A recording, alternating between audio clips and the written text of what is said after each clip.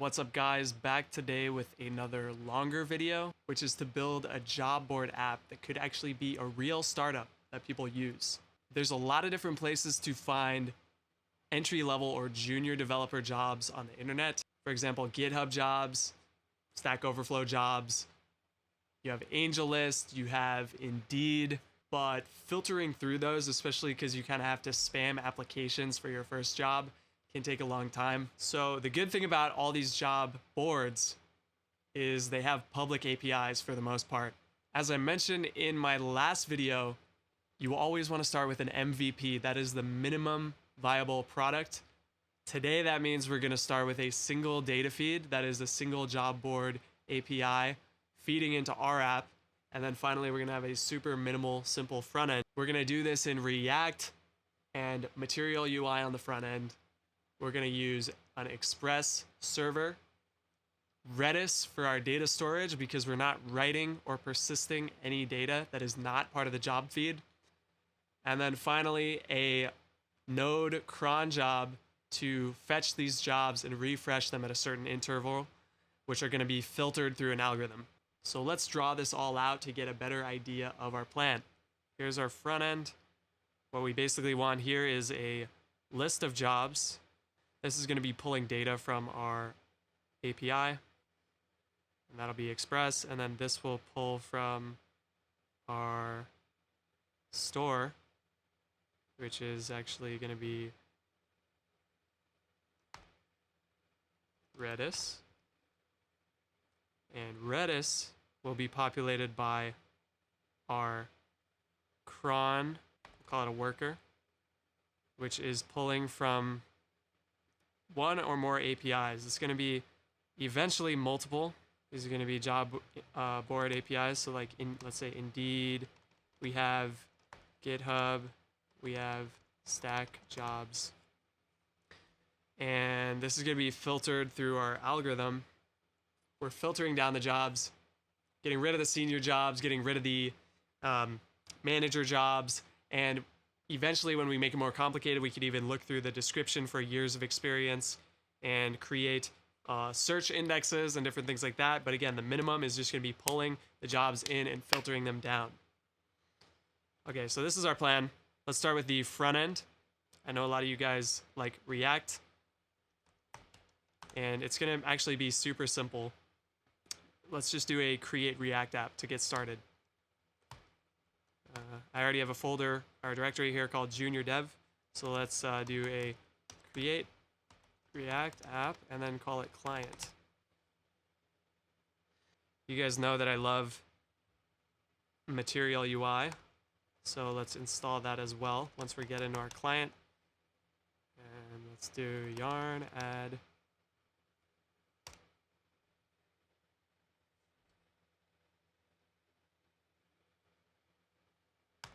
Okay, that's done. And we will start our React app.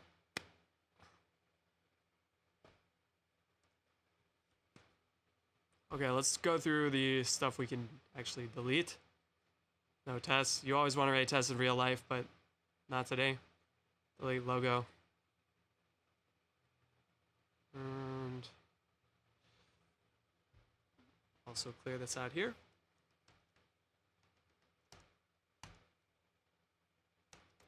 Now let's open the Material UI docs.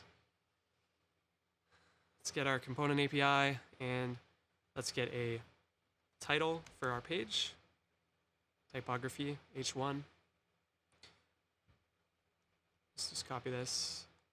And instead of putting it directly in app, let's make a new component for jobs,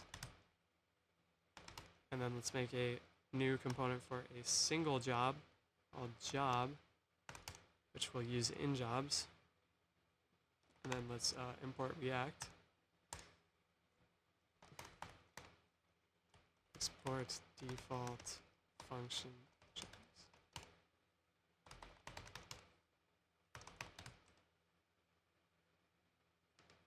Okay.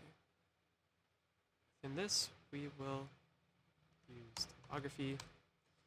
Okay, So just to explain what I'm doing here, I am making a separate component because I want our app just to hold our state, and then jobs will actually hold our component tree, our render styling, and app will hold our application state, our use state, and call our hooks for component did mount and for state.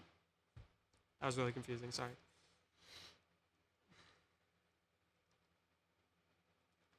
Okay, we're using typography here, and let's do variant, typography, variant.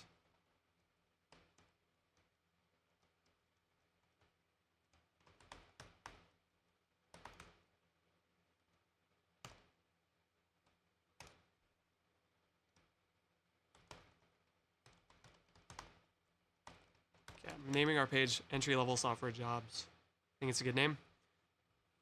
Then save. Import jobs.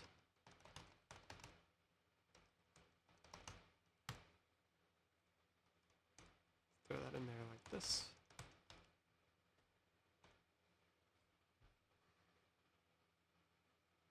Okay, that is some huge text, but we're going to leave it for now.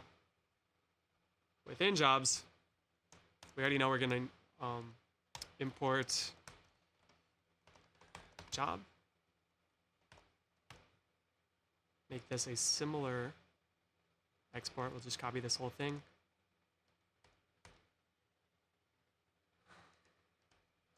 Almost sneezed. Okay. Turn div, and then this will just be a single job row, which we'll put on a class name of single job. And then we'll just do this in advance because we know we're going to eventually have to write some CSS to style this stuff. Let's make a job list. Should probably actually be matching our component name. Let's just change that back, jobs, and then job. Okay. So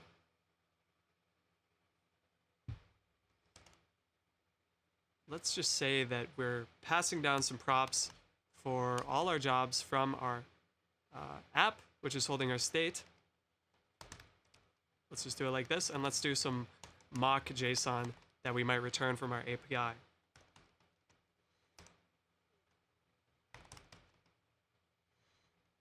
SWE, Software Engineer 1, and company, Google.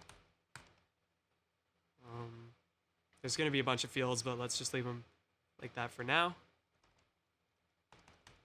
Name it mock job so we don't get them mixed up. Mock just being mock JSON data. And that should work. Then we could do jobs, map, job. This will return a job. Job equals job. Hopefully that's not too confusing.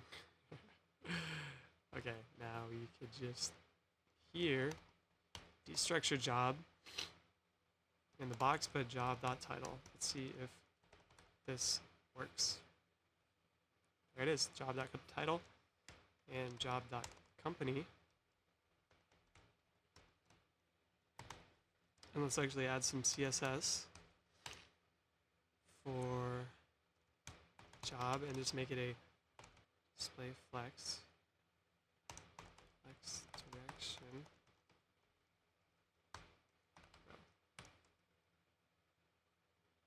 Oh, that's why. It's always friggin' hard switching from JSX to JavaScript. Okay, there we go. Boom. We'll leave it like that for now. We can add more stuff to this this list if we want. Like this, Facebook, and Apple. It'll map it out for us. Let's give that a little bit of margin and a little bit of padding. Let's do 10 pixel top, left, right, 0. And then padding will be the same.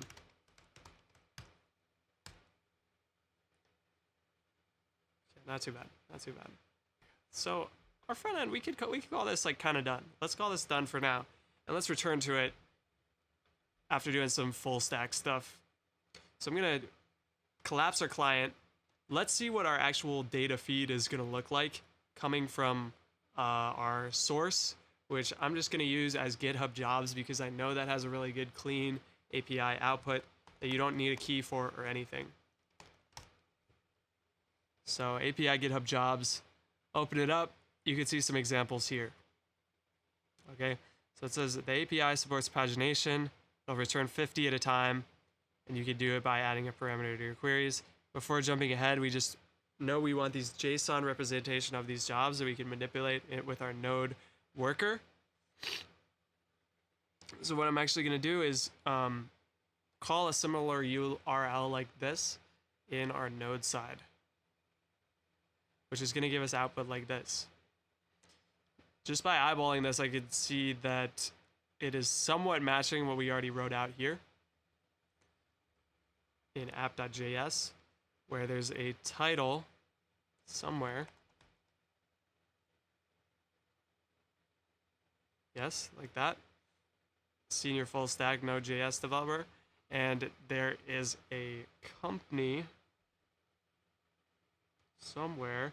And we can also tell in advance that location is going to be an important field too. But basing our analysis on this, we could start to model kind of what our worker is going to do, as well as how we want our API to act as well.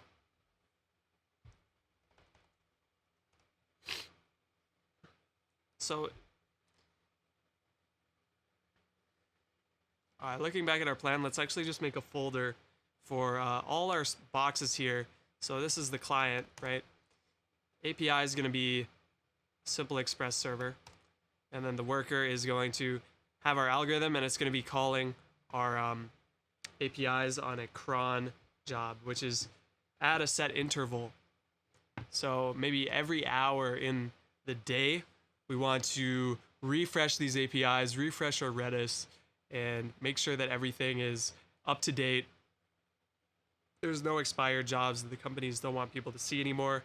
And we're basically staying in sync with whatever is in our upstream data source.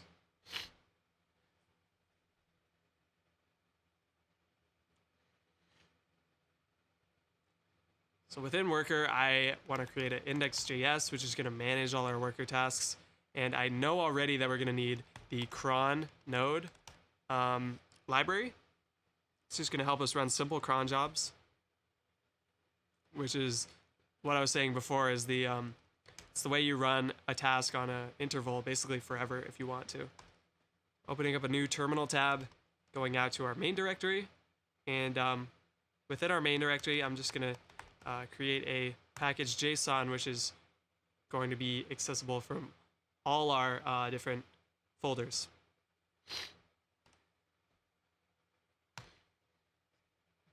So you can see that was created here. And then we just want to install cron as a dependency. Okay. Now inside a worker, this is the way I pretty much start with every app. You just copy kind of the basic usage and you build your way out from there. So all this does is it's running a node process where we're importing the library, and then this is called a cron shorthand, cron syntax, something like that. Cron.guru. You can see it here. Okay, so this site is really useful. No, not this site. Cron Guru. Cron tab Guru. Okay, so these asterisks are called a cron schedule expression. And it's basically symbols for how often you want your job to run. You can test it over here. /1. That's actually every minute. This is every second. This is every second minute. It's every third minute, right? So you just have to play around with the syntax. It'll tell you here how to do it, and then you could do kind of whatever interval you want. So you could do like once a day, I think, one, Yeah, so you just gotta mess with it to do what you want, and then you could just Google exactly what you want to do, and you pull the cron expression from that. But this is kind of a playground to get the cron expression you definitely want to do. All right, so let's test this this basic implementation of cron to just see if it works.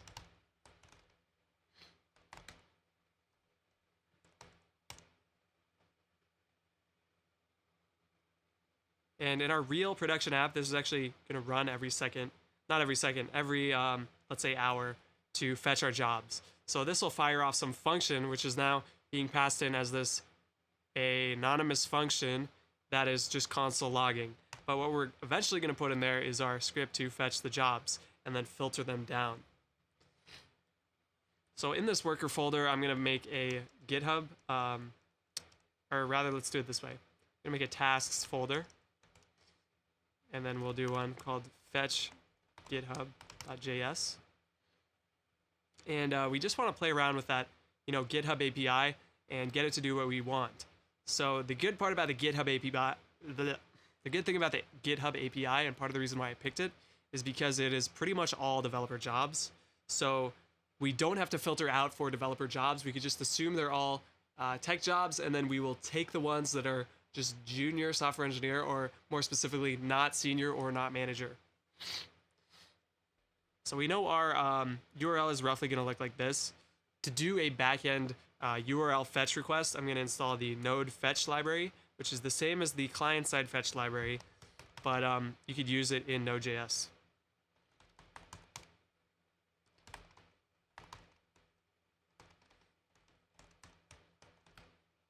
Okay, so we'll just require it like that.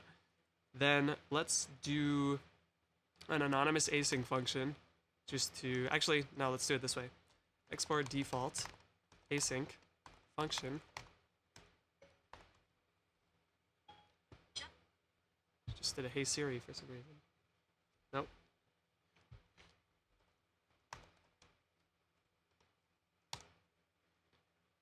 Okay, so fetch GitHub there. And I'll just call it here just for testing purposes. And within here, let's do a jobs await fetch. And we'll do base URL equals this without the query string. So let's break this down a little bit. We have a question mark, then a description equals, then Ruby, and page equals 1. So this is called a query string here. It's a way to pass parameters through a URL. So we're passing parameters to the server through the query string syntax, which is key equals value, like this. So in our case, we're going to want to iterate through the pages. That is, we want to get all the results from all the pages and combine them together. The way I think we want to do that is just by leaving this like this. So this is just our truly base URL. And then let's actually see what happens. Let's see how many jobs we get back just by doing this and then logging out jobs.length. Keep in mind that this function is going to run because we're calling it here when we just run a node on fetch github.js.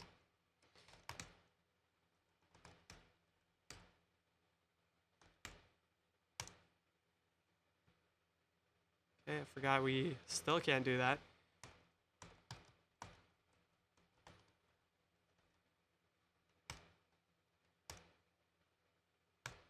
And let's just do this.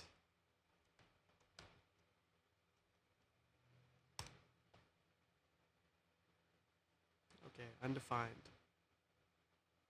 Let's console log this. Jobs. Oh, forgot we also have to do this. This is just our raw response. This is jobs. Res.json.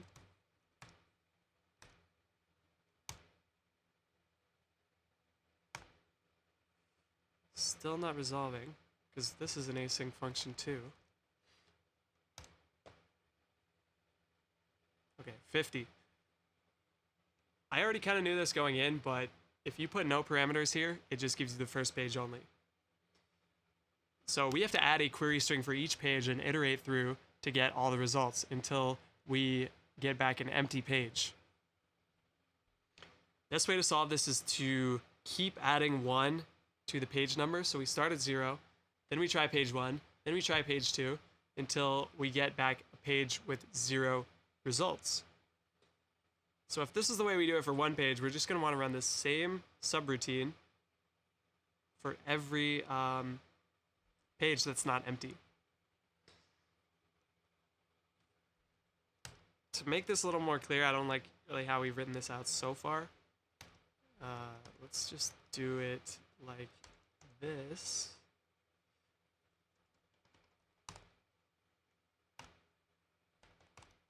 Maybe it's just me being lazy.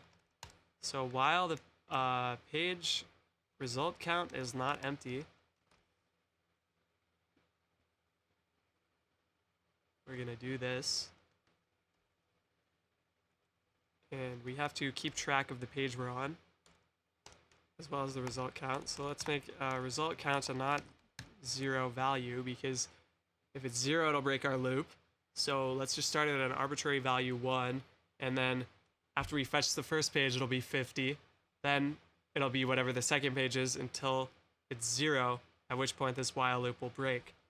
So we'll initialize it to 1, and then let's also initialize our, what are we going to call it? On page equals 0. So we'll start on page 0.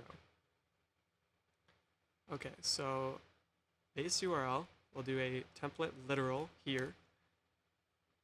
And then slash, or not, instead of slash, we'll do our query string.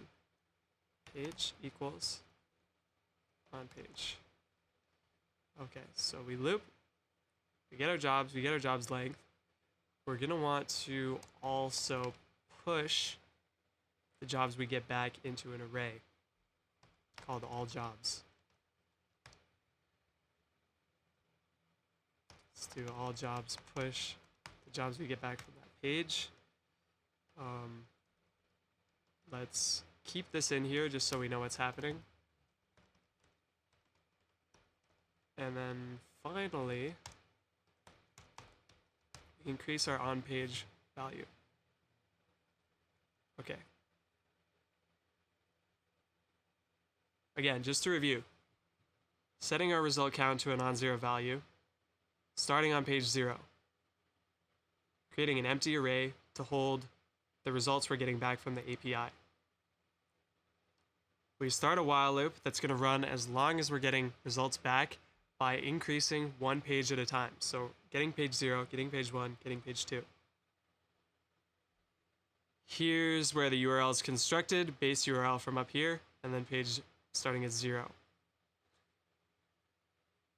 Pulling out the JSON from the response, putting that JSON in our array, logging out how many jobs we got back, increasing the page count, repeating until we run out of, or rather we run into an empty page.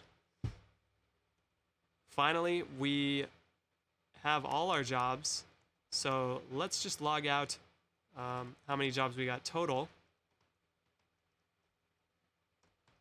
which we're going to eventually be returning. All right.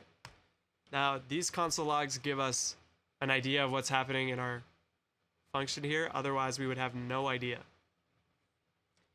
Since we refactored a little bit, we have to call the function again. Let's see what happens.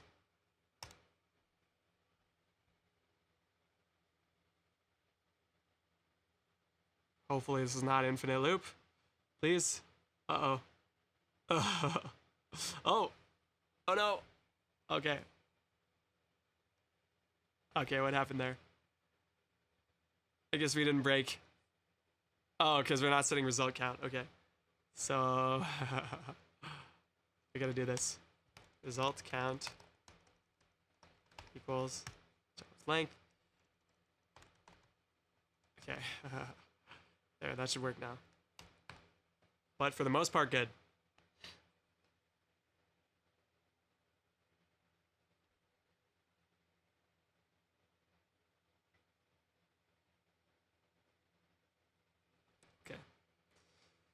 Okay, so there's one thing we also overlooked, I think. Let's look back at this. This is a sample response we're getting back. And if we look at this whole object, let's just assume this is like page 0. It's coming back with an array. But then we're pushing that array directly into our all jobs. So this is actually creating an array of arrays. Whereas really we want a flat array, just a single array holding all these job objects. So the simple way to do that is to spread that in with the spread operator. We're just dumping the array into another array by spreading the values in. If we run that, we're totally going to see this is going to work. I'm super confident.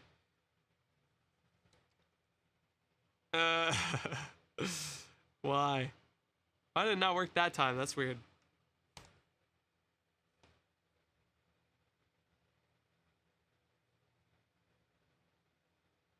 Interesting.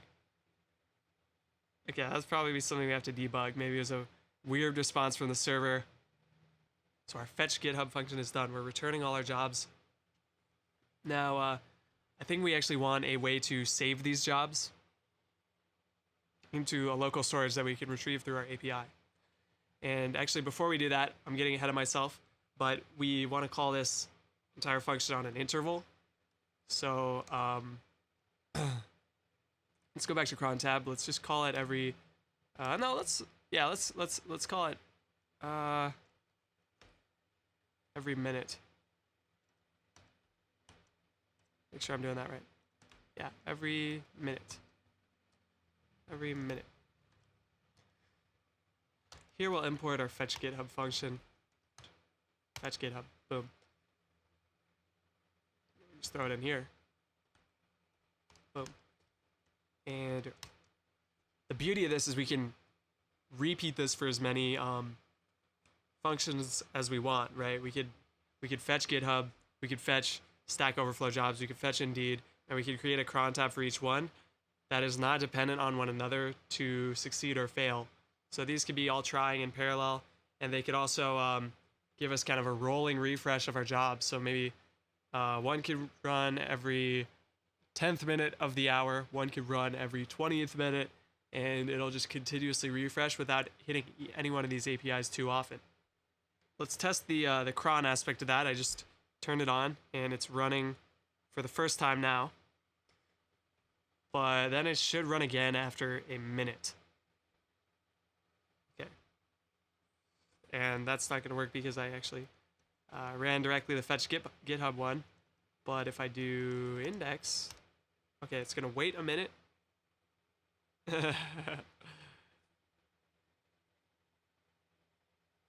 Oh shit, okay. I messed up. Okay, so I copied exactly over from cron tab every minute. Okay, well I guess if you put 6 stars, it'll do seconds. And if you put 5, it'll do minutes. So lesson learned there. So we'll see if that works after a minute. And in the meantime, let's talk about storage. And like I mentioned earlier, we're going to want to store these jobs actually in Redis. Now, I already have Redis installed, but you can install it through Homebrew pretty easily. Just if you don't have Homebrew installed, you look up Homebrew installation. It's a simple, easy download, and then you can install anything with a brew install, for example, Redis, and then it'll basically install Redis under the hood in your system in a directory called the brew services. So then you can start and stop, restart it from that position. Jumping back up to this, you'll notice that it worked after a minute, so that's awesome. So let's see if it runs again after another minute. I just cleared the terminal there with Command K. But like I was saying about Redis, I've already installed it with brew install Redis, and you can install it yourself if you don't already have it. There are a couple different ways to install Redis, but it should always connect the same way. Since I'm starting a new project here, I just want to make sure my Redis is clear. So, oops, there's a command line command that allows you to connect to the Redis client, and then we want to clear all our Redis with a, it's a similar language to like a SQL, where you can basically, this is like a drop table, and then we just cleared everything out of our Redis, so we got a fresh start. And you'll see it ran again after a minute. So let's just, we could stop that, we could leave it running, whatever. I'm just gonna stop it, but we know our cron tab refresh is working every minute with our fetch GitHub. Okay, I have Redis installed, and if you're not familiar with Redis, it's just a key value store. So it's an in-memory database. MySQL is a little bit different because it's on disk, but Redis is just memory. So it's not persistent, and that means if your system shuts off, you lose all your RAM. So it's not a fault-tolerant database. It's not a durable database. And the upside is, though, that it's really fast. It's kind of like an object in JavaScript. You just, if you have the key, it's constant time access. You just pull it out of your Redis store, and then you can serve it up.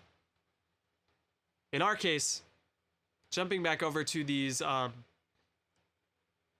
JSON that we got from GitHub, you can see every job has a UUID, which is a guaranteed unique ID because it has so many characters and it's random characters, so it'll be guaranteed unique every time. Every job has one of these IDs, so that's a natural candidate to use as a Redis key. I'm thinking within Redis, our key is going to be this ID, and our value is just going to be the whole job object. So it'll be a string version of this that we can then pull out. We know it's already JSON, so we can just stringify it, and then when we pull it out, we'll just parse it into a JavaScript object. Now, the slightly tricky part of this is, okay, how do we access Redis through our node worker, right? Because we have all the jobs here. Right now, we're just logging them and throwing them away, but we want to put them in Redis. And the answer to that is there's a node client library to access and connect to and do all the Redis actions. So it's an interface that Node uses called the client. That's a library that will do everything you need to do in Redis, and you can do it through Node with this library. So I'm just going to search for Node Redis, and then we will install it just like the same way as before.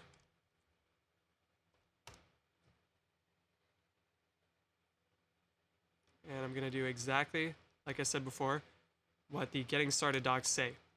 I know this is going to be better if we promisify this library, because you can see right now that we have all the Redis commands here, like set is setting a key, and then there's one called get, which will retrieve that key. Just think of it like an object. So if you put in key A and then the val is 1, then you do client.get, you'll retrieve that 1 from the A key. Set and get functions are async, so it's not going to be in line with your JavaScript code, and that's just the name of the game because Redis is not in JavaScript, so there's no way to know when its response comes back programmatically in line. It's going to wait. Redis could be over a network, so it's going to take an indeterminate amount of time to serve the request, and then that's going to come back to the function call in this format. So this is the standard callback format in Node, error, and then data. Replies is going to be the response. Now you can just ignore all of that because we're going to promisify this library with the promisify util in Node, which will convert callback functions into promises that we could use await or then promise chaining with, and so on. Let me just do this. I'm just literally copy pasting it from the docs, and get async is the example, which is converting that client.get function to a promise. Gotta put this below the client variable declaration so it works. And I can tell you now that we're also going to need a set async.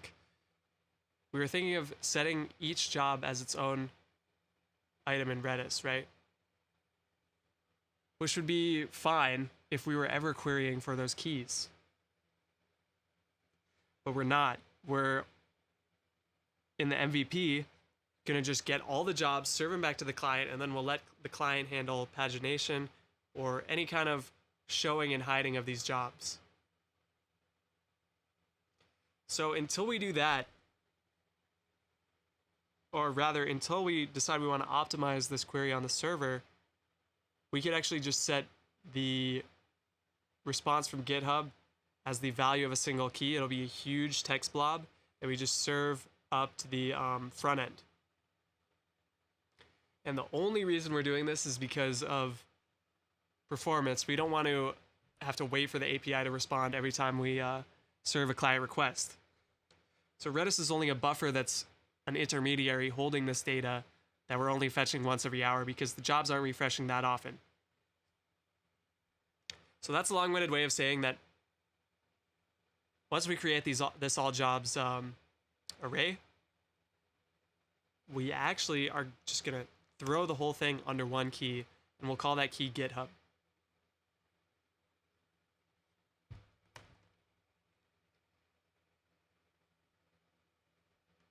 Also, let's hold on to this. Let's hold on to this get function in our head, because we're not gonna be pulling out of our Redis until we're in the API layer, which is serving the jobs request. Man, I have kind of a stuffy nose.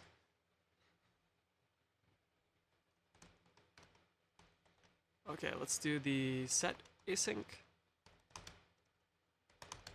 And this takes a value, GitHub, or a key rather, GitHub, and then a value will be our all jobs. We might need to stringify that, but we'll test it out.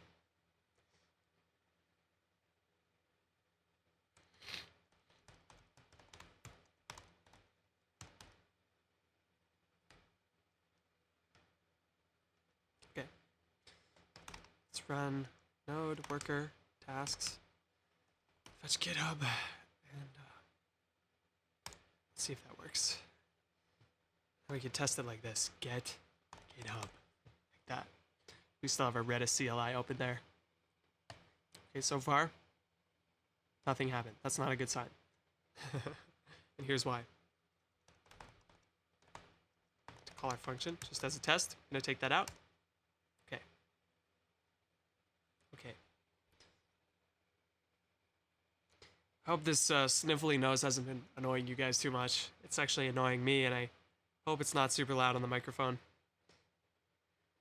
Okay, the get command contains an argument of type object. Okay, I didn't like that at all. I'm not using get, so I don't know what it's talking about here, but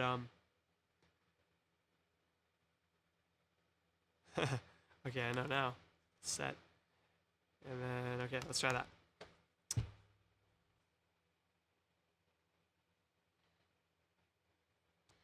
Okay. Set contains the argument of type object. And as we expected, this is like an array.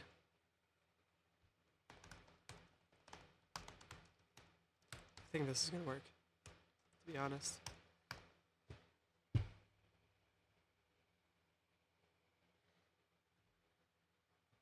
Nice.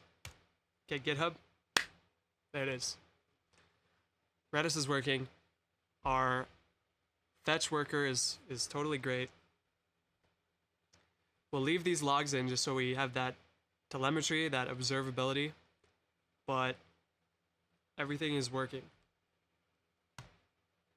Oops. Okay. Just make sure that's still working with our cron tab here. Oops. So we're supposed to remind me to take that out. We'll leave that running, and we'll jump over to our next piece. If we look at our plan, the API. So let's just review this. Oh, actually, so we've got this API part done. Still need this. Still need this. And then we'll improve our front end last. So filter algorithm. All right, let's look at what's in our store here. So we're getting jobs back, and like I said, we want to start with a really simple algorithm that is just filtering out by position. So just taking, like, eyeballing this, I can see that in the title, we can gain a few insights into what kind of job it is, right? If we see a senior in the title, we know it's not going to be a junior developer job. If we see manager in the title, we know it's not going to be a junior developer job. Another common thing we might see is like senior abbreviated as SR. I didn't see it in there, but I know that's done. So maybe if we see that word SR dot at all, then we want to filter it out. So this is our set in Redis. So we're going to want our filter before that.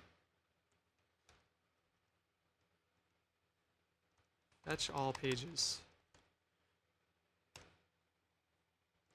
Filter. You could always factor this out to a function later, but for now, let's do it this way. Okay. New array, junior jobs. It's going to be a subset of all jobs, and we're going to filter based on a few different parameters, looking at each job. Okay? We're going to use one super important thing here, and that is the string.includes function, and we're going to use that on job title. So if the job title includes, or rather, stop Siri. Okay, let's do it this way actually. Job title equals job title to lowercase. It's important. I think the example we saw in the terminal was in all caps. So we want to reduce that kind of variation by just lowercase in the whole title. We also don't have to keep accessing the object if we just store it in a variable. So this is for one job. And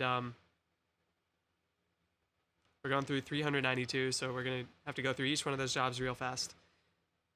That's part of the reason too why we're doing this cron method, is because if we fetch the jobs on every front end request, we'd have to do this whole filter thing every time, and it's going to be the same logic. So in general, when you're doing the same logic for every client request, that's definitely a good case for caching or even database denormalization. So replicating data in your store, that's a common read pattern rather. All right, we could be more terse about this, but let's just make it super clear and have a default case, let is junior equals true. Then there's going to be our logic, and then we're going to just return the result, is junior, okay? Now this is going to be our main algorithm logic here. Okay, so if job title includes senior, we got to remember we changed it to lowercase, or job title includes manager, or job title includes sr dot senior, or another one and I thought about this before, I'm gonna put in is architect, because that is generally a more senior role as well, that you're not gonna be able to do as a junior developer. That's something you have to gain a little skill from. Then you could design whole systems, and you may or may not be the one implementing them as well. But here's all the cases we want to filter out. If any of these are true, is junior equals false.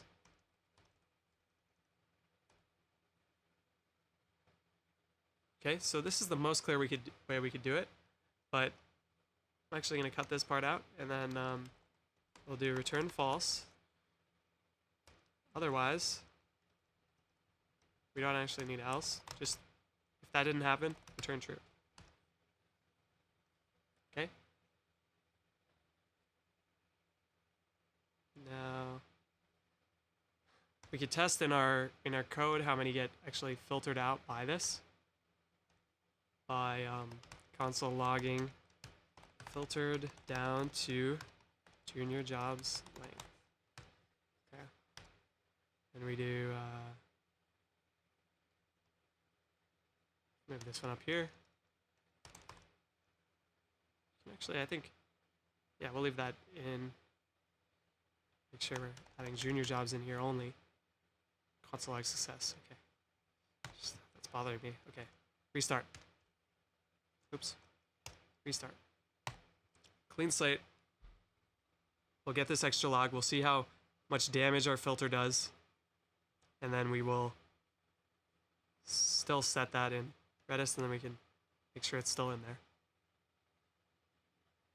Please work. Okay. Nice.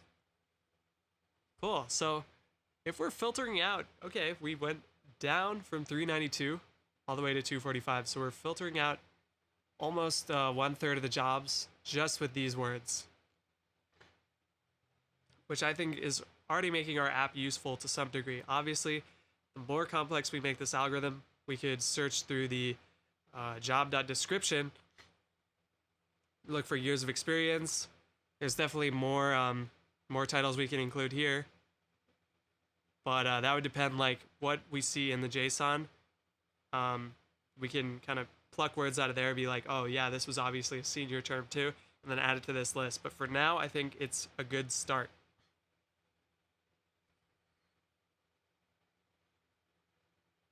Okay. Let's see.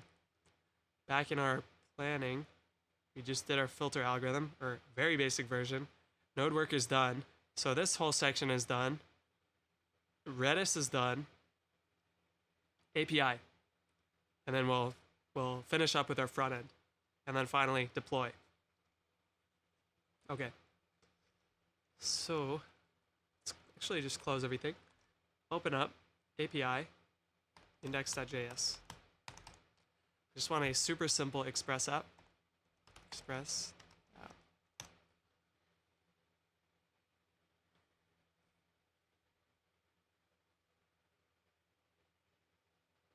Again, same thing I said before. Just do the npm install.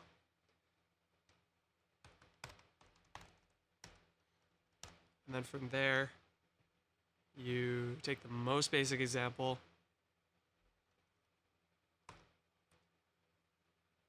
Make my port 3001 because I know my front end is running on 3000.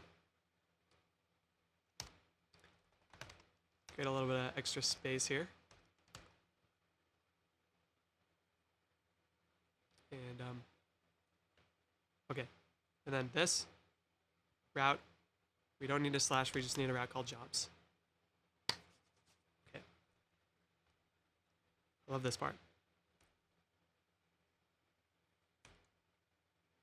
Okay, our express install went through over here. Let's do, let's just run a node on API index.js. Sample app listening on port 3001. And then if I curl, which is just sending a request to something on the port 3001 /jobs, get the hello world back. Sweet. Okay, this is going to be the simplest API ever. And we just want to use that Redis library we already installed, and we're going to use the get, which we already commented out, and we already know which key we're going to get because we only set one, so that really simplifies it. So we need to copy actually all this code and delete this because we don't need it here. Get the Redis client, get another instance of that here, and then do the get async. And this is where the async part is really going to come in handy. To convert this route to an async function, then we do jobs here, await, get async, GitHub. Just hard code that in.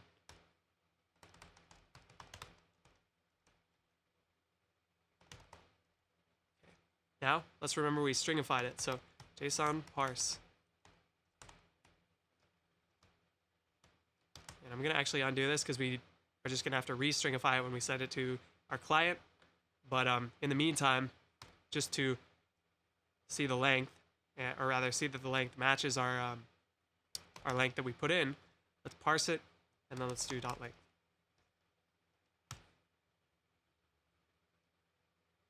Okay.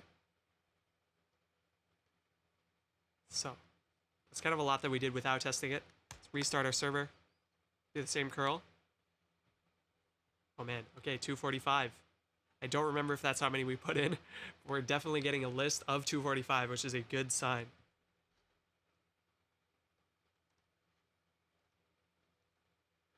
Now let's just try sending this back and see if we get that full stringified object. That's exactly what we want, and it's that easy.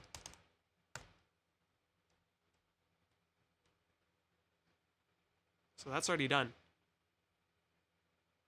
So I don't know how long it's been, guys, but with this simple of an API, we've literally been able to create all this like in such a short amount of time.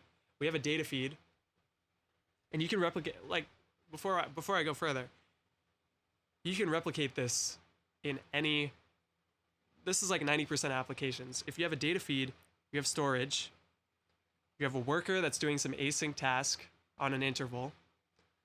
It's called batch processing. You have an API that's called by a front end. This is like 90% of CRUD applications. That's create, read, upload, delete. In this case, we're only really reading from the front end, but the back end is doing some more complex stuff, including an algorithm.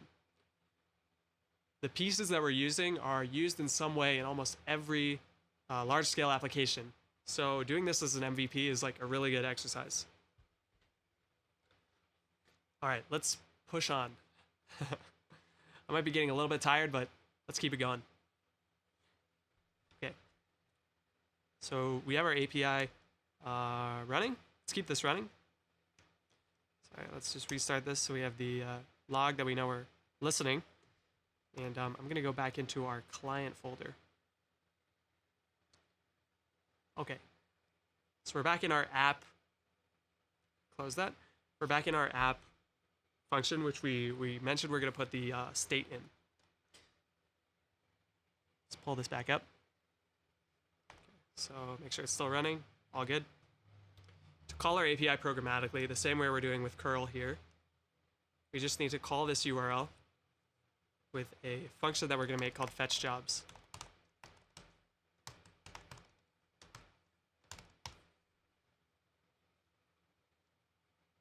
All it's going to do is use the browser version of fetch, which we don't need to import because it's built into browsers like Chrome. Let's, instead of hard coding, do a job API URL constant. It'll just be exactly what we have over here.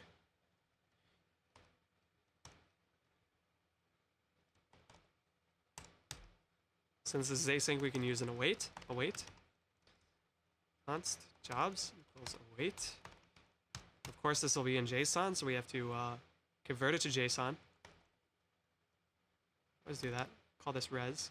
Call this JSON equals await res.json. And then before going further, let's just log that out. Okay. How do we call this in our client? Define by number used. I know, I'm getting there. Okay. If you see my past videos, I talked about React hooks. These are replacing all React class components. Now we just have functional components, and we've seen hooks for use reducer, use state, and all that kind of stuff. Since this app is just a very simple state, it's a list of jobs, I don't feel like I need to use a reducer. And I know exactly the shape of these jobs as well, so I don't need to do any reducer-like manipulation. And it's also very hierarchical and shallow application, meaning I just want to pass down these jobs one level to my jobs view component from this app state. I started talking about hooks, and we've used the use state hook a lot in my past videos, but we're going to use one that we haven't used too much yet here, which is called use effect. And that's basically replacing the component did mount or component did update function from past versions of React.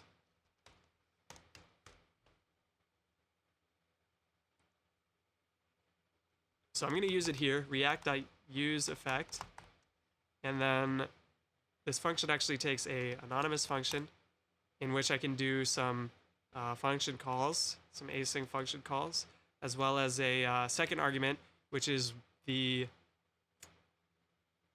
basically hooks that I want to watch to update. But if I pass in an empty array, this react.use effect will act exactly like a component did mount. All right, inside here, just gonna fetch jobs, and I also want to think about how I'm gonna store those jobs. So let's also do a use state hook. Jobs. Using that word jobs a lot, so let me just do job list was react.use state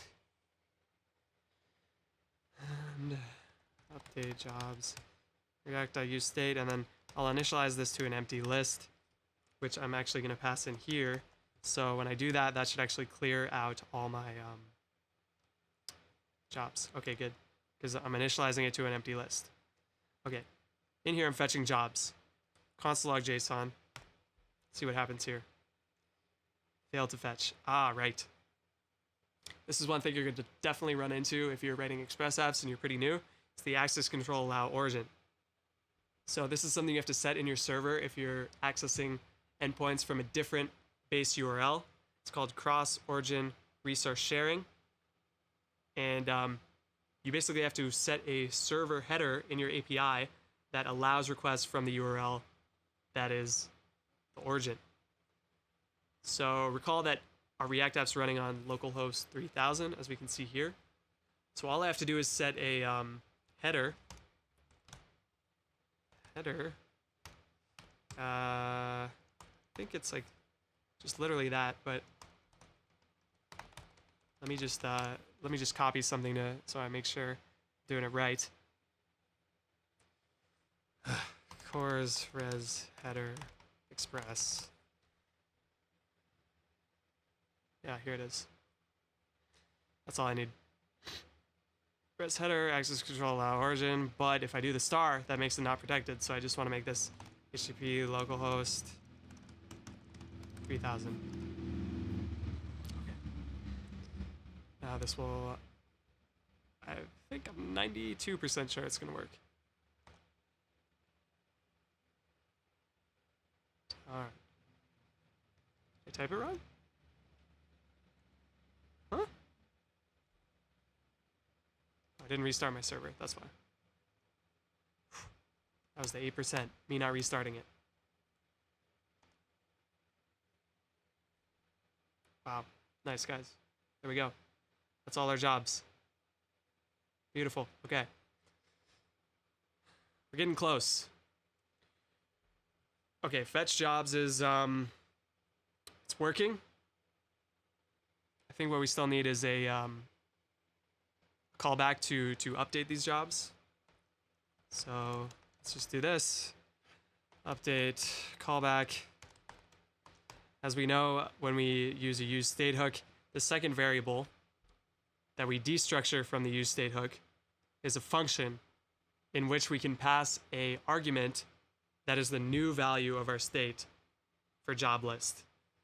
So if I pass it in here like this, update callback, and then I pass the JSON directly into this, I'm actually just setting the value of job list to this JSON, which is, as we can see over here, an array of size 245 containing our jobs. Okay, so I got update callback, job list. I didn't even have to do anything else. It's already rendering all the jobs that are from GitHub. That's pretty cool. Hey guys, I'm back with a new shirt. Let's finish up this front end and then get this app deployed. I've pulled up another plan board here just to make it a little bit more clear what we want to do with the front end. Like I said before, we always want to have a plan before we just jump into coding.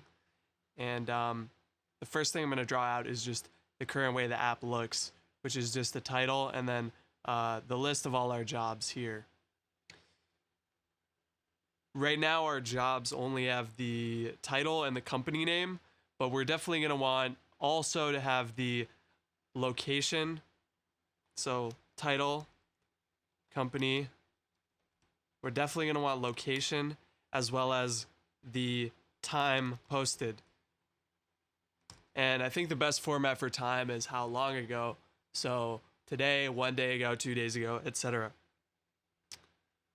Now this is in the list view, and we got to think about too, what is going to happen when we click on a job. And in that case, I want to build a detail view modal, also known as a dialog or a pop-up, that will show more details about the job, which will include the company logo, description, as well as the apply link. And that could also be a button if we decide to make it like that. Okay, so these are the main things we still need to, these are the main things we want in our front end. The good news is, since we already have the JSON, we just have to pull it out of the JSON of each job and create a little bit extra functionality to make this modal animate. Luckily, this is pretty easy with Material UI, and in fact, it's the main reason I wanted to use it for this project, because you get the modal for free with all the animations and stuff like that. So let's just jump back over to our front end here, and I'm gonna pull open the jobs component. Here I have variant H1, but I think this title is definitely a little bit too big. I don't think it, I think that's pretty obvious. And I'm gonna switch this up to still using a H1 HTML under the hood, but the variant will actually make it an H4 stylistically. So that's a pretty cool trick if you want to maintain the benefits of having an H1 for SEO and so on. Diving into the job itself, let's actually log out what a single job is going to look like, just so we know what we're working with. And instead of doing that here in the job component, I'm going to do it in jobs. And we could just look at what the first job looks like. So I'm going to use jobs 0 for that. Then we'll open the console and see that we have the fields we can use here. So I said we wanted to add location and time posted to our list view. We could pretty easily just pull out location in our job component like the way we've been doing with the other ones.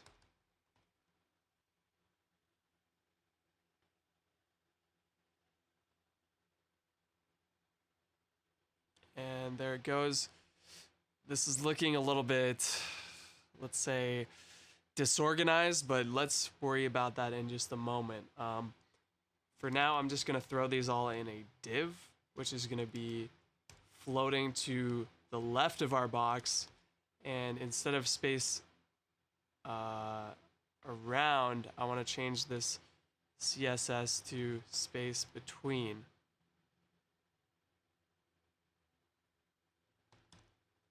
It'll make sense more in a minute why I'm doing that. Finally, in another div, let's do the created date, which I believe is over here in our JSON as well. Created_at. And I'm just kind of using these typography elements interchangeably as divs. So later on, we can change the size of these different things. Okay, so created at. Let's just see if the spacing looks all right there. Now that I see this here, I think the date doesn't actually look too bad, as long as we make it a little bit shorter. So let's just split it by space, and then take the first 3 words. So let's take 024 and then join that by a space. So all I'm doing here is taking Sunday, June 9th out. of this longer string. I meant to do O to 3. There we go. So we get index 0, 1, and 2. All right, looking at our page, it deserves a little bit of padding.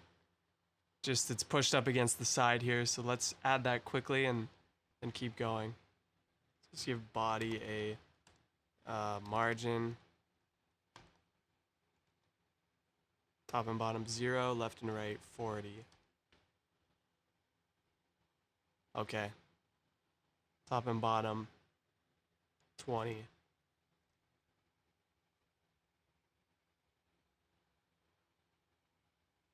All right, and then within job, maybe we give a little padding.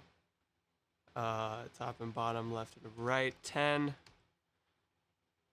Okay, pretty good. Now inside job, we'll actually add some hierarchy, style hierarchy to our job title.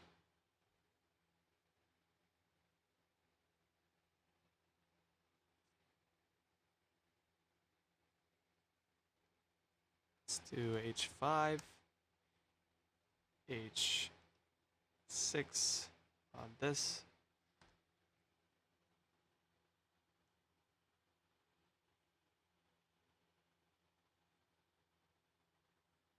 And so on. We could just keep updating, editing this. I think I'm actually going to flip these around. H6, H5. But you get the point. You could just keep tweaking it. Okay, let's add that pagination thing I mentioned. It's going to be kind of a fake pagination. You're supposed to do it on the server to not load all your results at once. But this is a good stopgap. We start just with the client implementation, and then later, if we want to improve the performance, we could do the server side too. But long story short, we have over 200 results. We want these on more than one page so they're more navigable. So to solve this, I opened a material UI page for the stepper component, and I really like this one down here called the mobile stepper progress. So you could click through it like this. It fills up kind of a progress bar, and it says mobile, but I like it, so I'm just gonna pull it over. Let's see, let's just pull over everything here just in case we need it, and then paste it right into our jobs component. And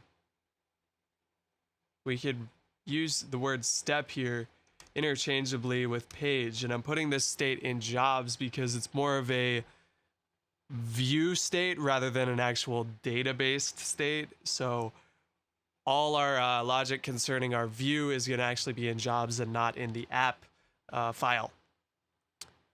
Okay, so since these each have their own function, handle next, handle next, handle back, I'm just going to copy these directly over to, paste those right in, function inside a function.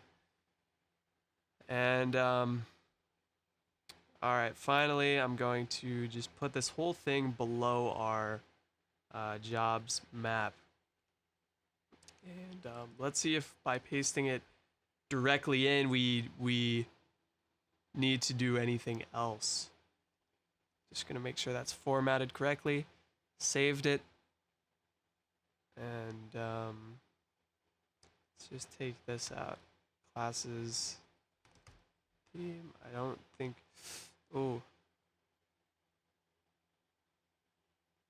theme.direction RTL.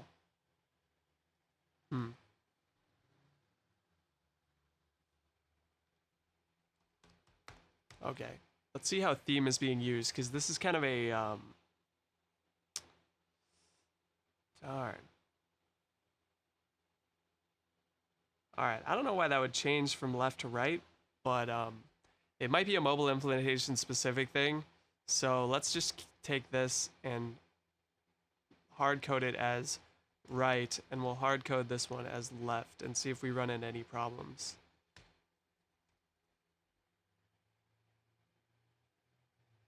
Okay, saved that, and can't find module. Oh, I forgot about this. Material UI icons is a separate library, so we have to also install that in our client. Yarn add material UI icons.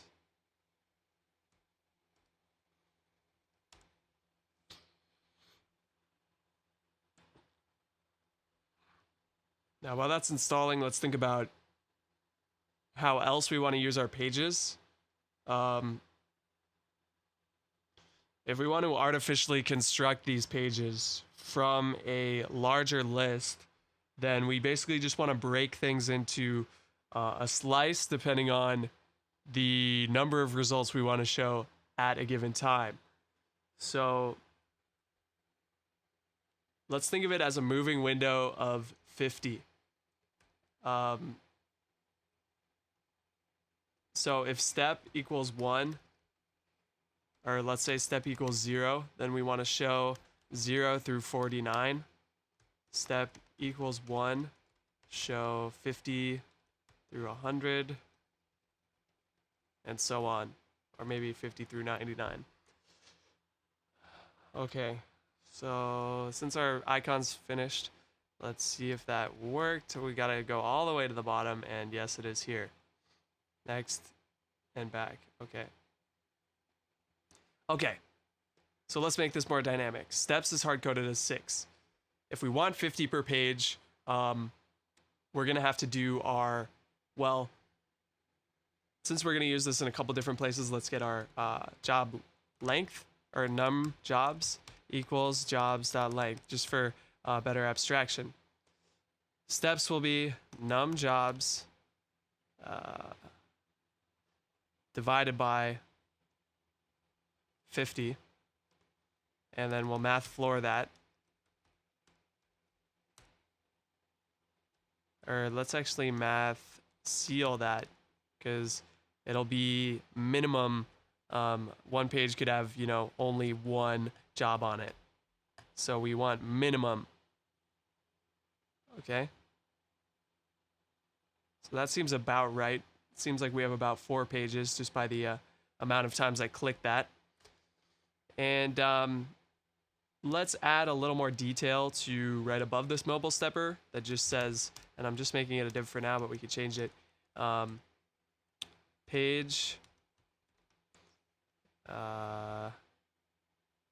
active step of num jobs. Okay.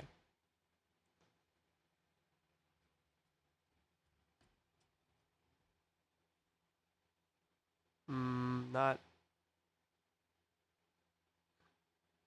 Okay, let's factor this out. Num pages equals this, and then we can also use this where we are. Oh, computer's lagging again. Num pages, like that. Yeah, I'm feeling pretty confident about that. Let's see if it worked. If we go to the bottom, my wrist is getting real tired of scrolling here.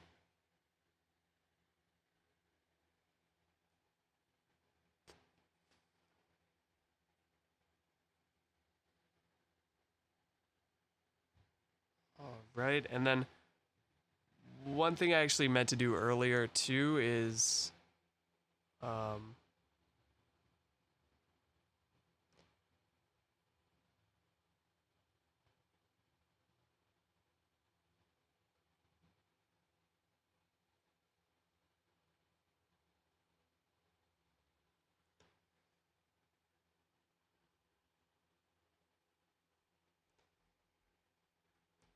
okay, going all the way down.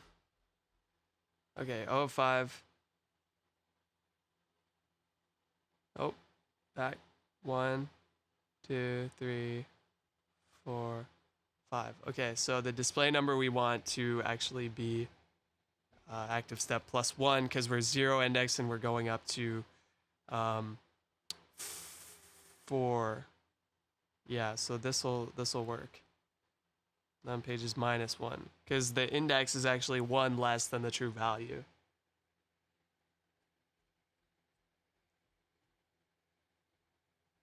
One, 2, 3, 4, 5. Okay. We'll just leave it as num pages. All right. One other thing that I meant to add earlier is the total number of jobs at the top right under the title. So let's do a variant h6 and put in the total number of jobs here. Num jobs.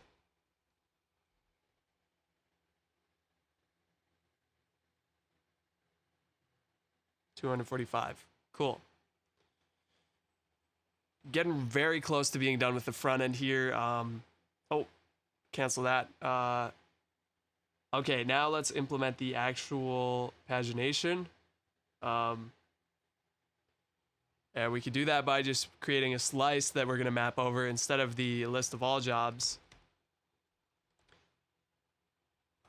Jobs on page, which is just jobs slice. Okay, let's think about how to do this. First number is going to be, okay, yeah. So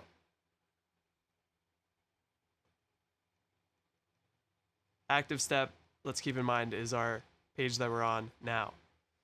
So the lower bound is going to be active step times 50, and the upper bound is going to be active step times 50 plus 50.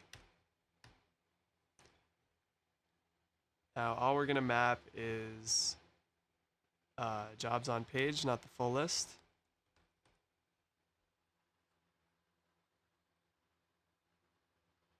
And now we only have 50, so much more navigable in terms of what's being rendered. And then if we go to the next page, it updates. Next page updates. Sweet. All right, that is our pagination done. Now all we need left is this pop-out modal. And then our front end will be, all we need left is the pop-out modal, and our front end will be totally done. So what I want to do is click on this, and then it'll give me a more detailed view as well as a link where I can apply. So the first thing I want to do is add a hover state to this job div with a hover pseudo class and CSS. And then I'll just make cursor pointer.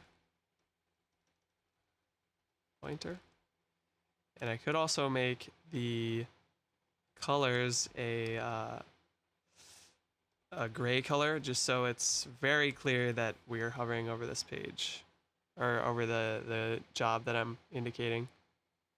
So that doesn't look great, but it's okay for now. Let's just make this a little bit of a darker gray than dark gray.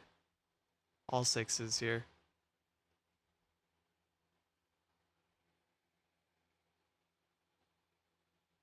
All right, so that looks fine. Okay, so there's our hover state.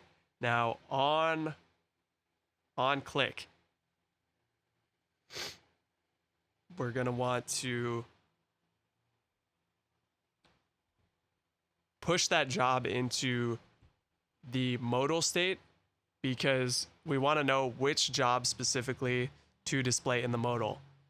We also want to set a modal open flag to let the app know to show the modal itself. I think this is going to make a lot more sense when I actually write it out. So I'm going to add it to the, let me think about this. Yeah, I'm just going to add it to the bottom of jobs below my mobile stepper. And I'm going to pull another component from Material UI to do that. And you might have guessed that it's going to be a dialog component. So if you go under feedback, there's dialogues.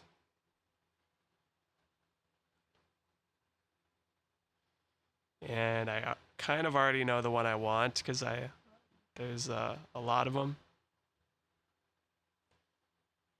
And it's going to be the slide in alert.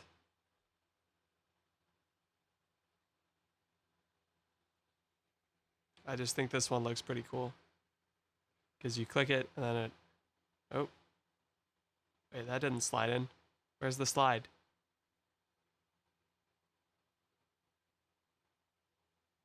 Okay, so you can see there it kind of slid up and in.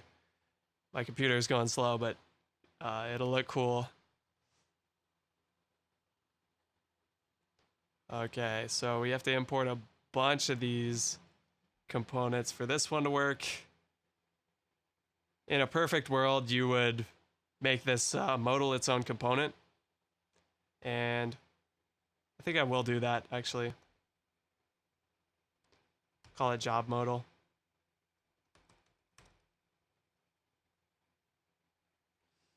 .js.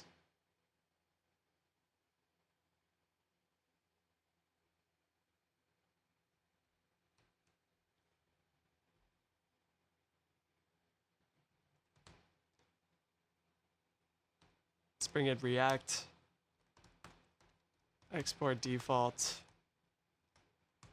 Function job modal. And our prop is going to be called job.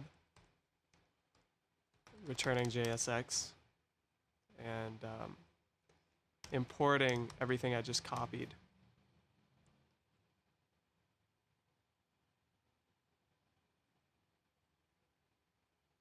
Also, there's some forward ref business going on here, but we'll just trust that works like the material UI docs say it does. And let's bring all of this in to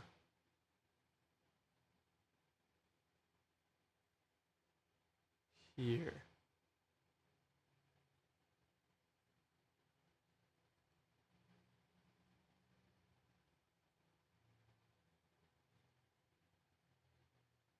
I am going to delete these though, or rather I'm going to move these into our parent component because that's where we want to manage the state from.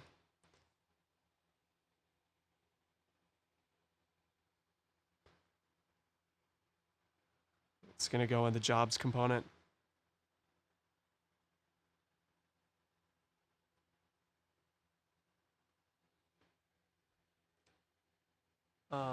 Let's consolidate this down.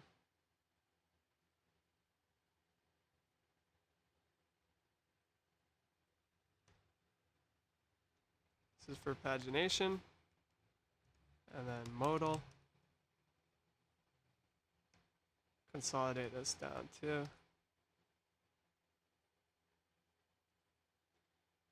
Okay. Now we want to import job modal.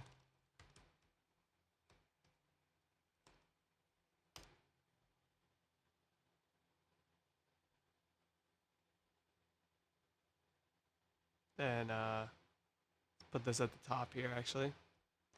Job modal open is open. Job is okay.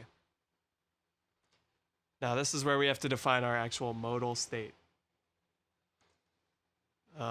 Active modal, active, no, selected job. Let's do selected job.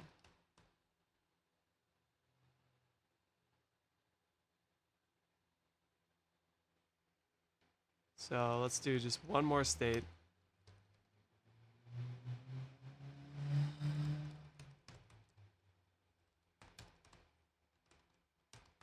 React use state. Starting out, it'll be an empty object, default state. And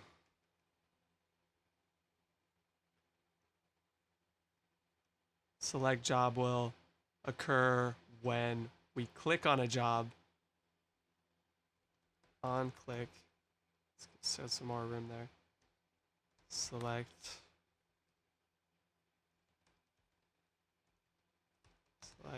job, like that. So there's a callback in the on click function that will run when we click, and it's going to set the selected job to whatever job we click. Good start. And then that selected job is being passed into job modal. Let's just rename this to be extra clear. Destructure job and open.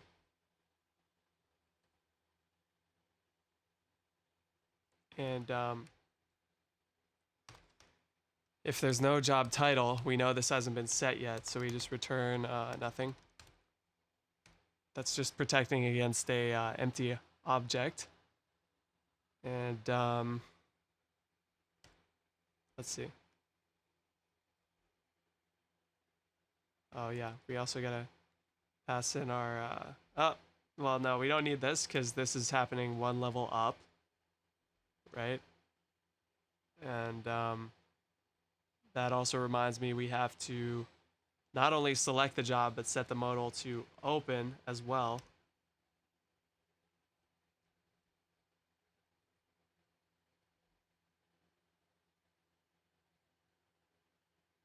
Handle click open.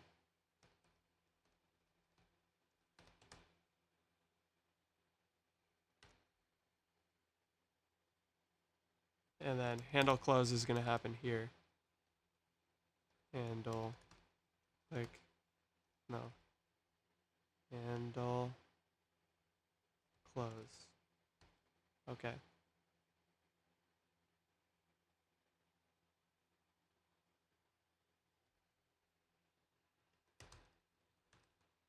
Pull that out. And okay. Let's see what errors we're getting. I'm sure this isn't going to work out of the gate, but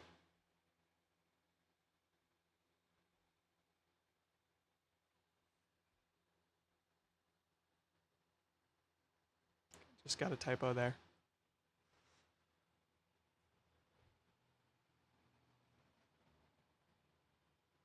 Okay. So if I click, what happens?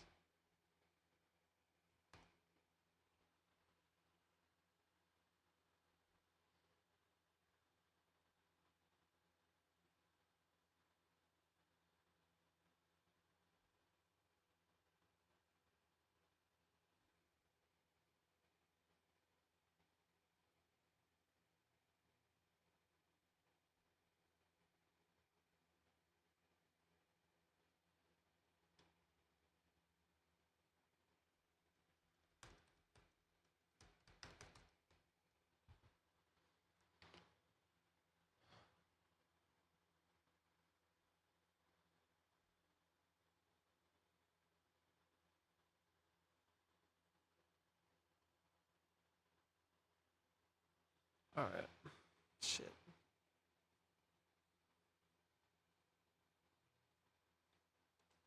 Okay, we actually have to pass down this function like that, and then we open job. And we do that on click here. Because it wasn't running. We needed to put it on the child. Oh, nice. Nice. Got it down. All right. So title. Now we could start putting in our variables. This job title. Instead of just having that there, maybe we also put the logo of the company.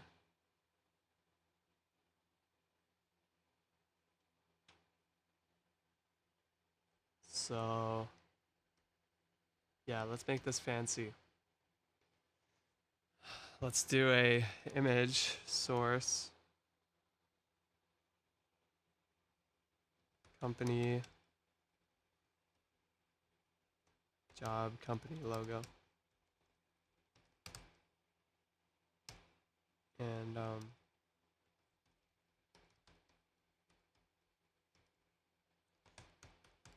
detail logo. In here we will do detail logo. Make it pretty small, 30 pixels. Float right. Now back over here, we of course want the company. And in the content, we definitely want the description.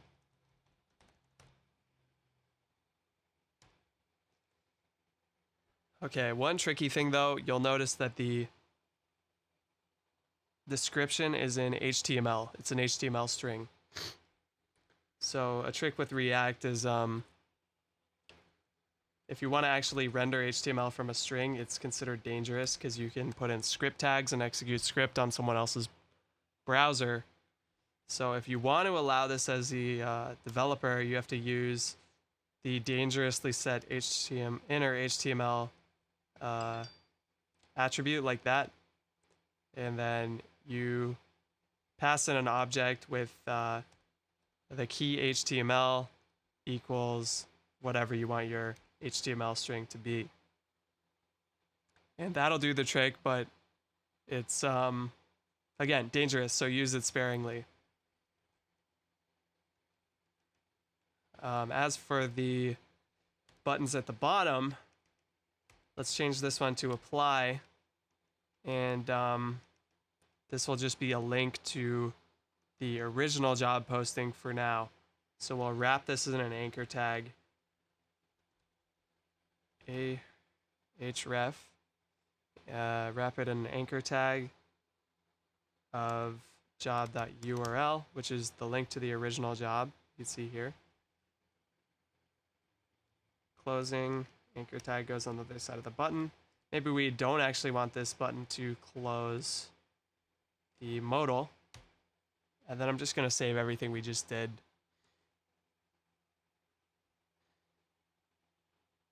Now I'm opening it again.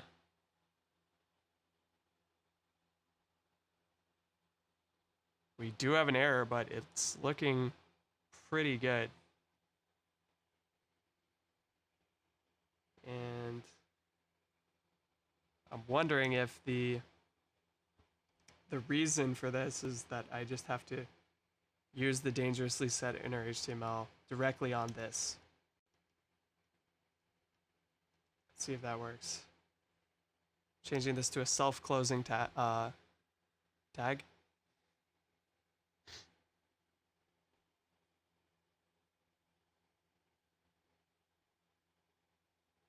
And one thing I want to do also is put a break between the title here and the company, because they were both on the same line.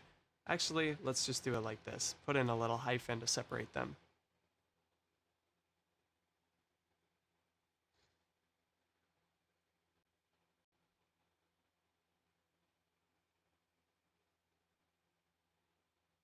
Now when I open,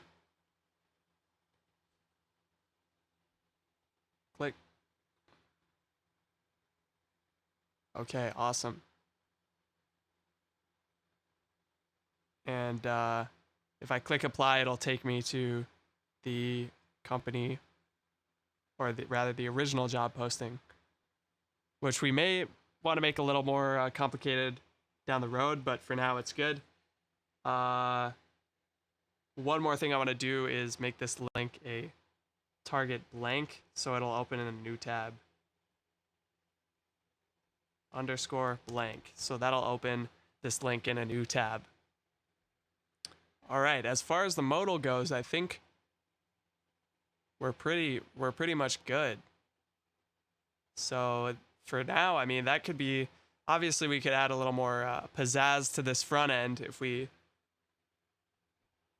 you know, continue improving it over time. But for now, I mean, it's very functional. It does everything we want it to do. I can click on different jobs and get a different, you know, listing. this opens and closes, and these are all working with the logo, and I can scroll. It looks pretty good. It looks pretty good. So I want to say our front end is done. All right, guys, we're so close to being done. We literally just have to deploy our app and we'll be home free. A lot of people are afraid of deployment, but it's not that bad if you break it down into steps. When I think about what we need, it's going to be a domain pointing to a virtual private server, which is hosting Nginx. Now, Nginx is called a reverse proxy. It connects your server to the public internet and provides like protection between those requests. The other thing we're going to need is a process manager on our server after we install our dependencies that we have in our local environment. So we're going to need the same things, Redis, we're going to need node.js, and then we're just going to need to send over all our files so they can actually run on our server in the same way they're running locally. So let's do it. I've pulled up a bunch of docs here we're going to need. It's just going to be a lot of copy and pasting for server configurations, and I'll put all these links in the description. So like I mentioned first, we need a domain. I already bought one on Google Domains, but you can buy a domain a ton of different places. I just like Google because of the interface, and it's because where my other domains are. So I've opened my domain. I already bought it. Normal.com domain is going to be about $14 a year. And the first thing we need to do is use the DigitalOcean name servers so that domain can be directed over to our server. So you'll see that I have clicked on my domain, I've opened the DNS tab, and then there's a name servers tab, and I've clicked use custom name servers. Now I'm going to put that on pause and jump over to the DigitalOcean dashboard. You can make a DigitalOcean account for free, and it'll give you this dashboard where you can create projects which have resources inside of them. A project is basically just a folder for a bunch of resources, including domains and virtual servers, and then all this stuff you see down here. So I'm just going to create a new project and call it entry-level software jobs, ELSJ, and it's a web application. So I'm just going to create that, and then like I said, it's just a folder. We're going to start with no resources, so I'm going to skip that step for now. But right away, we're going to create a domain. And the domain is going to be the one that we bought, entrylevelsoftwarejobs.com.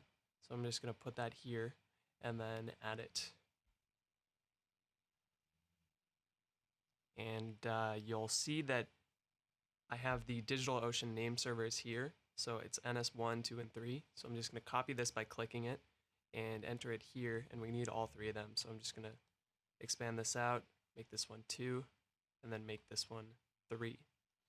Now, when you change the name servers, it could take a little while to actually update. It says up to 24 hours. A lot of time for me, it's instant, but it's not always the case. So you might have to wait, and we'll see what happens here. So next thing I'm going to do is actually create a droplet, which is our VPS, virtual private server. You could do this on any cloud provider. Other common ones are AWS or Google Cloud, but on AWS, this is called an EC2, and then I'm not sure what it's called on Google Cloud, maybe just a VPS, but on DO, it's called a droplet, which is just a server. So what you have to do is choose your operating system. I'm choosing Ubuntu Linux 1804, and you could choose the size of your server. You could always upgrade it later, which requires a server restart. So I'm just going to pick the $15 a month, which has 3 gigabytes of RAM and 60 gigabyte of storage. And then moving down, you could choose your data center. Where is your server physically located? And then moving down, you could do private networking is useful if you have, multiple servers talking to each other. But the most important part is here, add your SSH keys. You're probably going to want to do a new SSH key, but I already have mine saved here. You definitely need this step because you need it to actually get into your server to connect to it. Otherwise, there's no way to get into it. So you definitely need a SSH key. And then feel free to look up a tutorial to set that up. I'm not going to do it here, but it's pretty easy to do. And then I'm just going to call a host name master because we're only going to have one server with all our services. And then finally create this.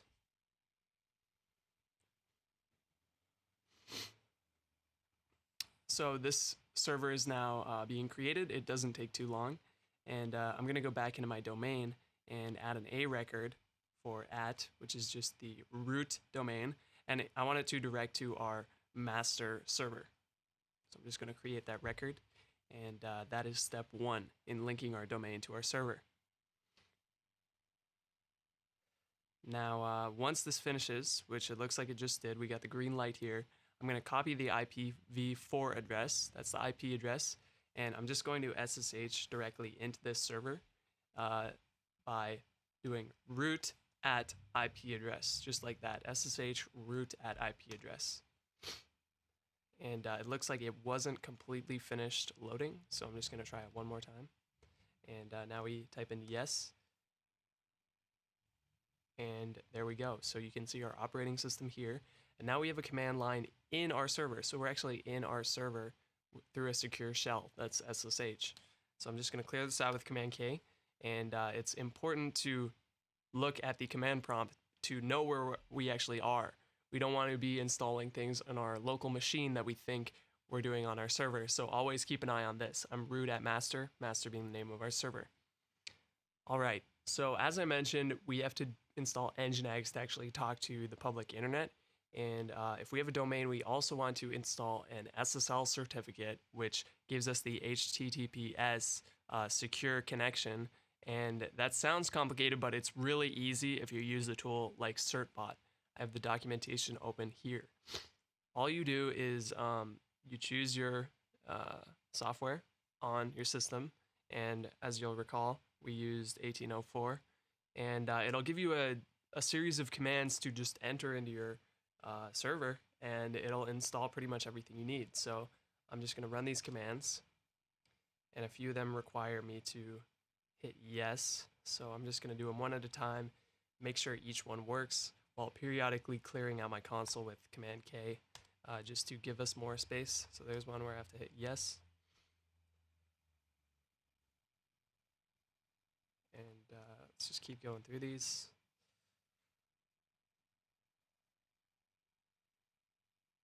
So the nice thing about this certbot is usually you have to install Nginx on its own, but this will install our Nginx and our certificate all at the same time.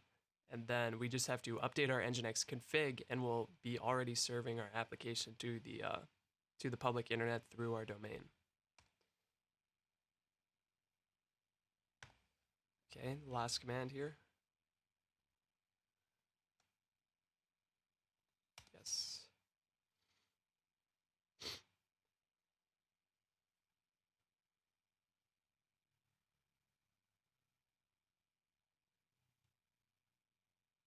All right.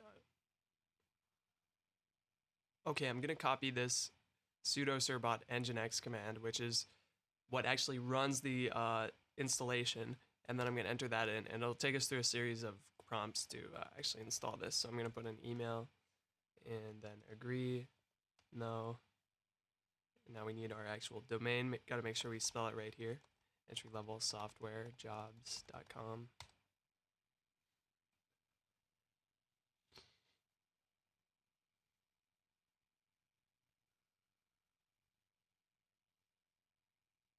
An important thing to take note of here is where it deployed our certificate. So it deployed our certificate in sites-enabled/default, which is a config file that we later have to edit if we want to make any changes to our domain configuration. So we're going to open that later to update the config, but just keep in mind that location. Okay, congratulations, it was successful. So let's test that and see if our name servers have propagated yet by going to the domain. And that's exactly what we want to see. Welcome to Nginx. So this is a non-configured Nginx, but it is running, and we're connected to our server from the public internet. So that's great. So we're done with certbot, and then, like I mentioned, we want to next edit our configuration file, which is at that location, etc nginx sites available default. And I'm going to open this with the Vim text editor by typing in vi and then the file location. Now, Vim is pretty cool if you haven't used it, but it's basically installed on all Unix operating systems, that is Linux and Mac OS, and it gives us a text editor right in the console. So what I'm doing here is I'm scrolling down to the second server block, which is actually indicated by this server bracket notation. And I'm going to look in here, and I can see my URL is defined here and being forwarded to basically port 80. So within this location block, I'm just going to completely delete what's in here. That is inside the location block. And then I'm going to put a new config in that is just pretty much something you have to copy and paste to do port forwarding to a local port on your machine. So I'm going to copy this location here, and I will put this link in the description where I'm getting this from, but this is just a standard configuration for port forwarding. So I'm just going to paste it right in. We have that, and then the other thing we need is to put this outside of our server block, which is actually the port that we're forwarding to port 80. So, sorry, I messed that one up actually. Undo. Going to make a little space, and then I'm going to paste that in there. So we're forwarding localhost 5000 to port 80. That's what this upstream is doing. So I'm going to save this with escape WQ, and that saves the file. And then I'm going to do sudo system control restart nginx, and that just restarts our nginx, no errors. Okay, so that's pretty good. Now let's keep moving and install our dependencies on our machine. So I'm going over to this other tutorial, how to set up node.js on Ubuntu, link in description, and I have to install actually the node.js version that we need, which is at least 6 to run create React app build. So I'm changing directory into the home directory, that's the squiggly line, then I'm curling this file.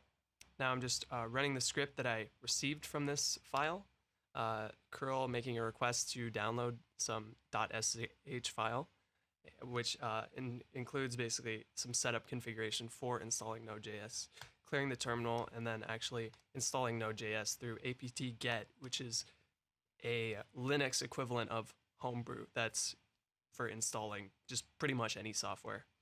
Okay, that worked, and now I want to install this build essential file, which is, or rather, module, which is a helps us run certain npm packages. So it just makes sure we have compatibility with every npm package that we want to use. Okay, next, let's actually test out that our port forwarding is working by creating a test file called hello.js. So I'm going to do that with vim here, hello.js, and then insert this code. And I just want to actually change that to 5000, which is what we set up our port forwarding to, as you might recall. And then I'm just going to save that with escape WQ and then run it with node. So node hello.js, and it's running. So let's see if that is actually being forwarded correctly. And it is, so that's great. Okay, just scrolling down this page, and I'm going to stop that server.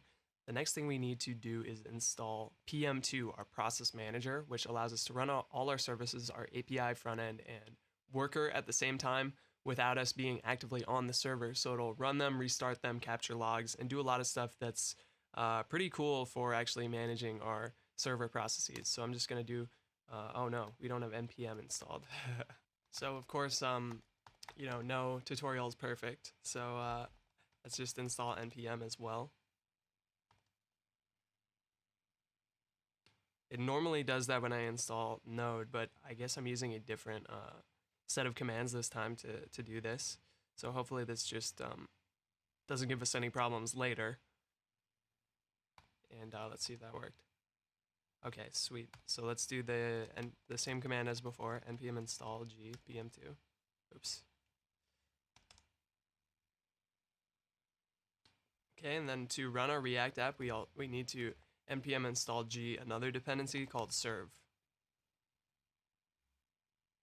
Okay, so we got those two done, and let's just test pm2 with our hello.js file. So let's do pm2 start hello.js, and we'll see our pm2 daemon is spawned. So now we can see our pm2 processes with pm2 ps, and there's a status, CPU, and memory, which is pretty cool that we get those stats in a dashboard. And then if I refresh my page, the app is still running in the background. So that's great. So if you remember the steps we outlined at the beginning, the next thing we need to do is actually get our files onto this server. And once we do that, we should be pretty much done.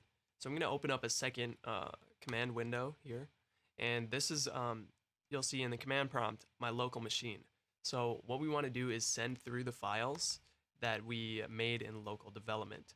Before we do that, I'm going to open up this set of files and make one critical change that will allow us to access our API on our local server.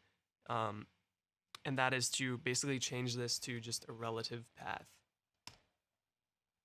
So I'm changing this to just /jobs, and actually I want to change it to be a little more clear to be /API/jobs. Now that means we also have to change our API route, which shouldn't be a problem, /API/jobs, and we have to make one change in our package JSON, and that's adding a proxy config, which allows this to still work on local development. This doesn't affect anything on production. So proxying all API routes to a target of localhost, sorry, need the double quotes there, HTTP localhost 3001 was our API server, I believe. And I'll save that. And again, that just helps us, still develop in the same way, but we need to make one config change for the production server as well. So that was our change in our files. And as I mentioned, I'm going to go actually back into that nginx config file, etc nginx, sites available, default, and I have to add one additional location block just for the API route, because basically what this is doing is appending the relative path to the end of our URL, and nginx needs to know to direct this to actually port 3001 on when it's being run by the browser. So it's just basically a different port forwarding for a different path. And the way we do that is by getting a proxy pass to HTTP localhost 3001, semicolon's important. I forget that a lot. So escape WQ to save, and then system control, restart nginx.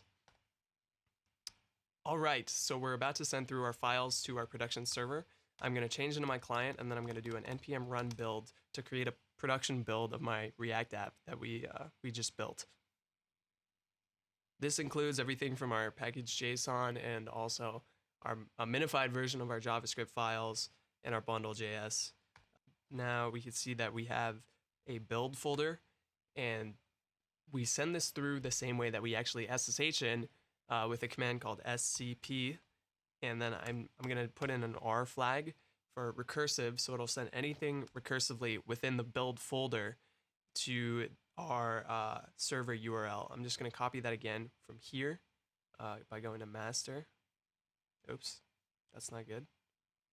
Okay, no, it hasn't been destroyed, false alarm.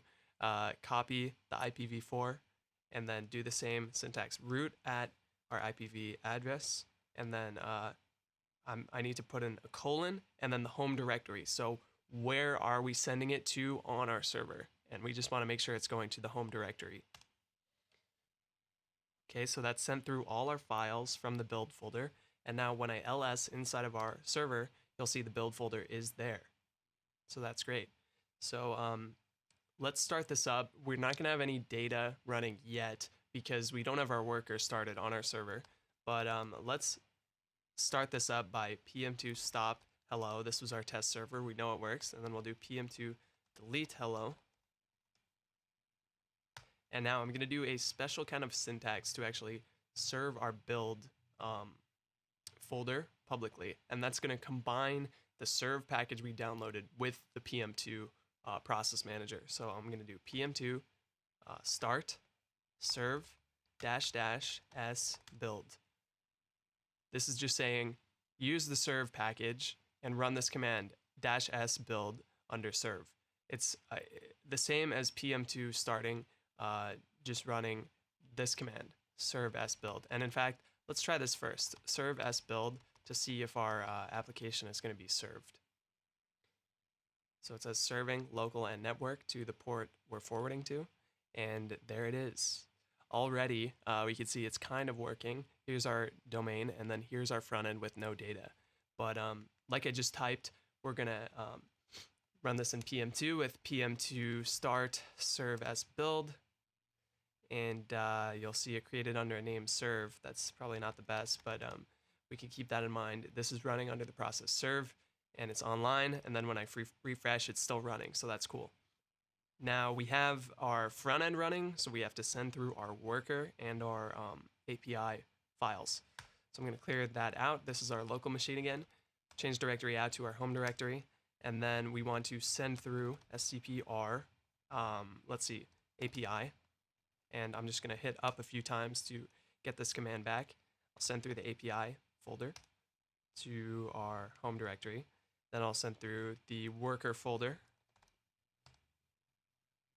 Then I'll also send through package.json to get our dependencies, namely Express and the Redis client. So back over in our VPS, I'm going to need to install Redis. So I'm just going to do sudo apt get install Redis. Yes.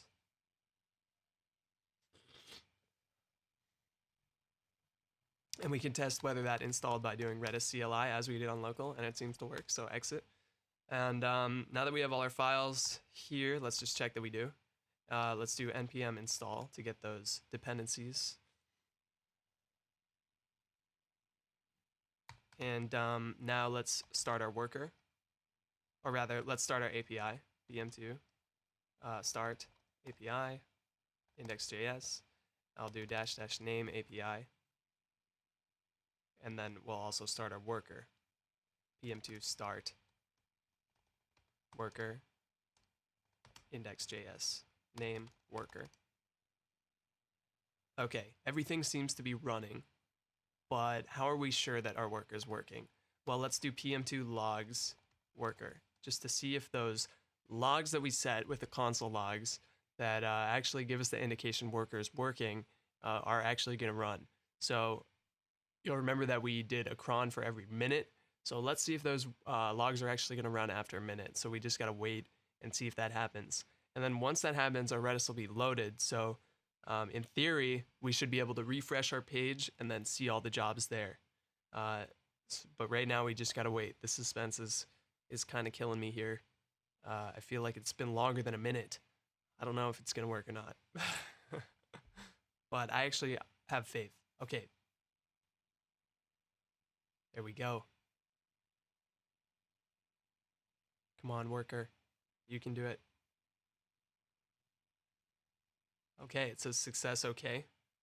And so now our Redis should be full. If I refresh, there's all our jobs. Amazing. So we have a deployed application. Everything looks just as it did on local. If I click into these jobs, let's see. It works. There's our description, logo, and everything. And then if I click apply, it'll take us to that position. So that's pretty cool, guys. We just deployed our whole app, and it didn't even take that long. I feel like that was around 30 minutes or so. All right, guys, that's it. We basically built a whole production application in less than 100 minutes, and we got it deployed, and now it's running on the public internet at entrylevelsoftwarejobs.com. So go check it out. But I'm thinking next, there's a few critical things we have to do before we're ready for like a full production launch, so to speak. This was just our base framework that we're building more features off of. But at minimum, I think we need a few more data feeds, and we need to make our algorithm a lot more robust, prevent it from breaking on errors, as well as filtering down those jobs a lot more. Because if we get in 5 feeds, we're just gonna have a huge amount of jobs, and we really wanna make sure those are entry-level jobs. So I'm thinking that we parse through the description and look for like 3 to 5 years of experience and take those out. I think anything less than 3 years would qualify as an entry-level job. So again, we're gonna have to keep working on the algorithm. And then otherwise, we're gonna want to add a little bit of monitoring, logging, different things like that, but that can all come later. Our MVP is done, and our base of our application is done. So that's pretty cool.